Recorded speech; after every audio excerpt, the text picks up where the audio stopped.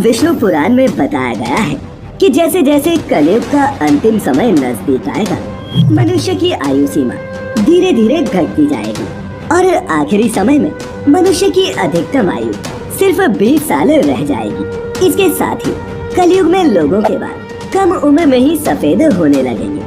हिंदू धर्म शास्त्र श्रीमद् भागवत और भविष्य पुराण में लिखा है कि जब कलयुग अपने चरम पर होगा, तब इस युग में पाप करने वाले मनुष्यों की गिनती बहुत ज्यादा हो जाएगी। तब इस संसार में अधर्म का साम्राज्य तेजी से चारों ओर बढ़ने लगेगा।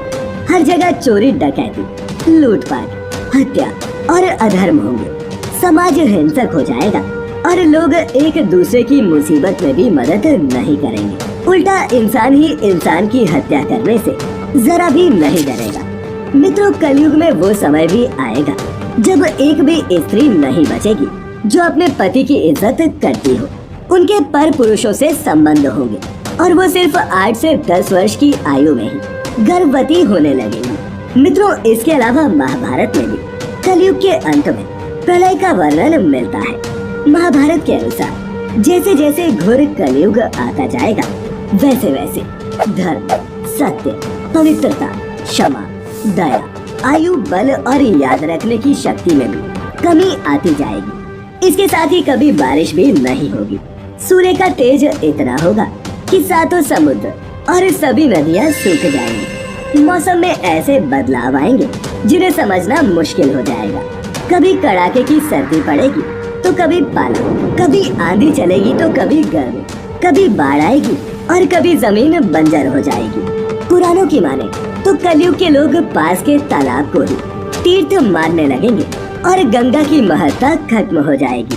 बताया गया है कि कलयुग में चालाक और लोभी व्यक्ति को ही एक विद्वान माना जाएगा और ऐसे लोगों को लोग धर्मात्मा कहेंगे और उनके पद चिन्हों पर भी चलेंगे। समय इतना बदल जाएगा कि शास्त्रों और वेदों का पालन कोई नहीं करेगा।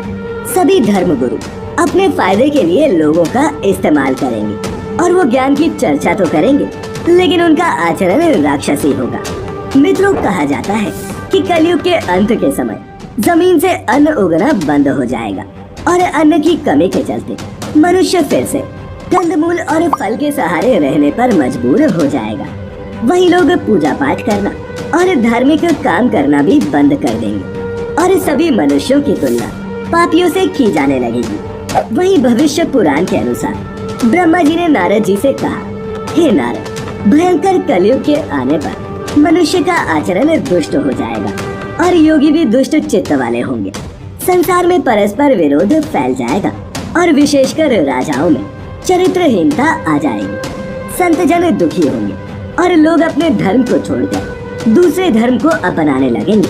देवता होने की अवस्था नष्ट हो जाएगी और उनका आशीर्वाद भी नहीं रहेगा, जिसका मतलब है कि मनुष्यों की बुद्धि धर्म से विपरीत चलती जाएगी। मित्रों, इस भयानक युग में जिसके पास भी धन नहीं होगा उसे अधर्मी, अपवित्र और किसी काम का नहीं माना जाएगा।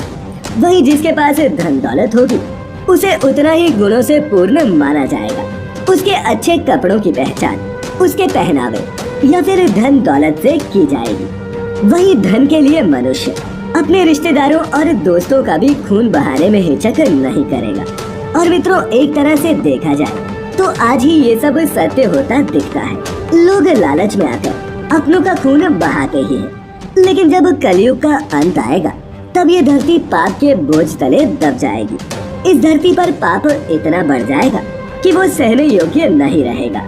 तब भगवान विष्णु कल्कि का अवतार लेकर इस धरती पर प्रकट होंगे और इसे पापियों और हैवानों से मुक्ति दिलाएंगे। मित्रों, हमारे कई धर्म ग्रंथों में भगवान विष्णु के कल्कि अवतार का जिक्र मिलता है और जब कलयुग के इन सभी पापियों का सर्वनाश हो जाएगा, उसके बाद सतयुग के निर्माण और कलयुग के असर को खत्म करने के लिए लगातार 12 सालों तक इस पृथ्वी पर मूसलाधार वर्षा होगी, जिससे ये पूरी पृथ्वी जलमग्न हो जाएगी। और फिर एक साथ 12 सूर्य उदय होंगे और इस जलमग्न हुई पृथ्वी का सारा जल सोख लेंगे और इसके बाद ही इस संसार में फिर से जीवन पनपेगा। वही मित्रों, जाते जाते आपको ये भी बता दें कि वेदव्यास जी ने सभी युगों में इस कलयुग को श्रेष्ठ युग बताया है। अब उन्होंने ऐसा क्यों कहा, आइए समझते हैं। उन्होंने बताया कि सतयुग में 10 साल के जप के बाद किसी मनुष्य को पुण्य की प्राप्ति होती थी, तो वहीं त्रेता युग और द्वापर युग में 1 साल के तप से ही पुण्य प्राप्त किया जा सकता है। लेकिन मित्रों, कलयुग में इतना ही बड़ा पुण्य मात्र 1 दिन के निश्चल तप से ही प्राप्त किया जा सकता है। और इस तरह व्रत और तप के फल की प्राप्ति के लिए कलयुग को ही सबसे श्रेष्ठ माना गया है, क्योंकि इसमें सच्ची भक्ति से मनुष्य ईश्वर को भी प्राप्त कर सकता है। तो मित्रों, आपने देखा कि कलयुग के वो कौन से भयानक सत्य थे जो अभी घटित होना बाकी है। आपको हमारी आज की ये प्रस्तुति कैसी लगी, नीचे कमेंट्स में जरूर बताएं। और अगर अच्छी लगी हो तो इसे अपने मित्रों रिश्तेदारों के साथ भी साझा जरूर करें। ऐसी सभी धार्मिक और